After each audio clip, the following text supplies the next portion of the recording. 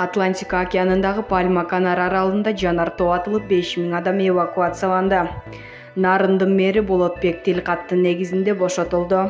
Нью-Йоркто Кыргыз Республикасынын эгемендүүлүгүнүн 30 жылдыгына арналган сүрөт көргөзмөсү өттү. Жалал-Абад жеңил унаа толугу менен күйүп кетти.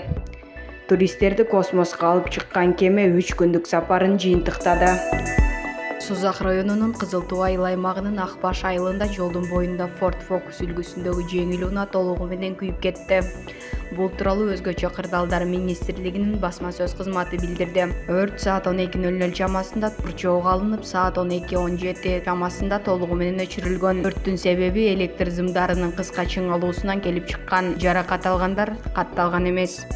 Самарбек Болотбеков башкы прокуратуранын прокурорунун өтүнүчү менен тышка чыкпоо жөнүндөгү тилкаттын негизинде камактан бошотулду. 1-Май райондук сотунун маалымат кызматы билдиргендей, мындай чечим кечээ 20-сентябрда кабыл алынган. Болотбеков соттук териштирүү учурунда тергөөнүн уруксатысыз эч жакка чыкпоого, териштирүүгө тоскоолдук жаратпоого жана чакырган убакытта барып турууга милдеттендирилди. Ал шайлоодогу коррупциялык иштерге аралашкан деп шектелүүдө. УКМдин былтыркы парламенттик шайлоодо Жогорку Кеңештин депутаты мандатын убадалап $300 000 алган деген шек менен Кыргызстан партиясынын мүчөсү экс-депутат Руслан Чойбековду 16-сентябрда кармаган. Бул иш боюнча Жазык кодексинин 204-беренесинин 3-бөлүгүндө алдамчылык өзгөчө ири өлчөмдө жасалган жоосун ылайык өндүрүш ачылып, Чойбеков тергөө абагына киргизилген. Ал эми 18-сентябрда аталган кылмышка катыштыгы бар деген шек менен Кыргызстан партиясына талапкер болгон. Учурда Нарындын мэри Самарбек Болотбеков кармалган болчу. Ал Нарынга мэр болуп быйыл июнь айында дайындалган эле. Жер орбитасынан биринчи жолу туристтерди алып чыккан кеме 3 күндүк сапарын жыйынтыктады. Туристтик экипаж жайгашкан капсула 18-сентябрда Атлантика океанына келип түштү. Экипаж Кеннеди борборунан 15-сентябрында космоско учкан.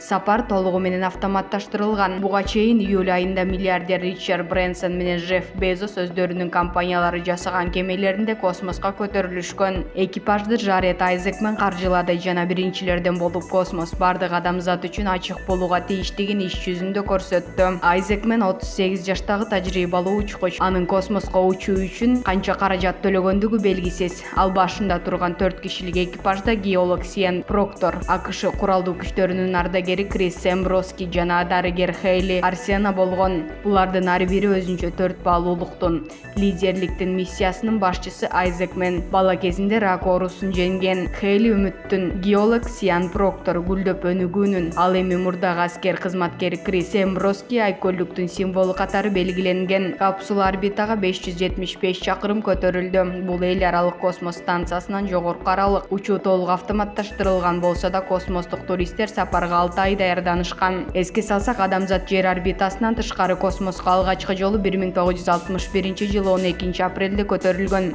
Советтер Союзунун жараны учкуч космонавт Юрий Гагарин космостогу 108 минуталык учуудан кийин жерге аман-эсен келип түшкөн.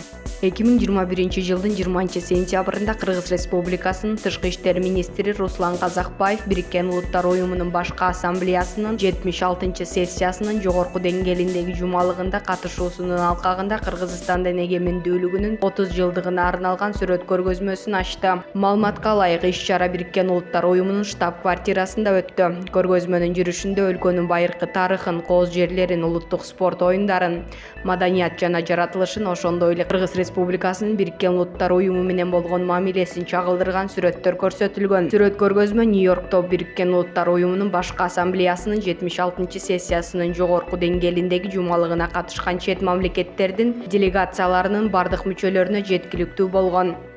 Атлантика океанындагы Пальма Канар аралында жанар тоо атылып, 5000 адам эвакуацияланды.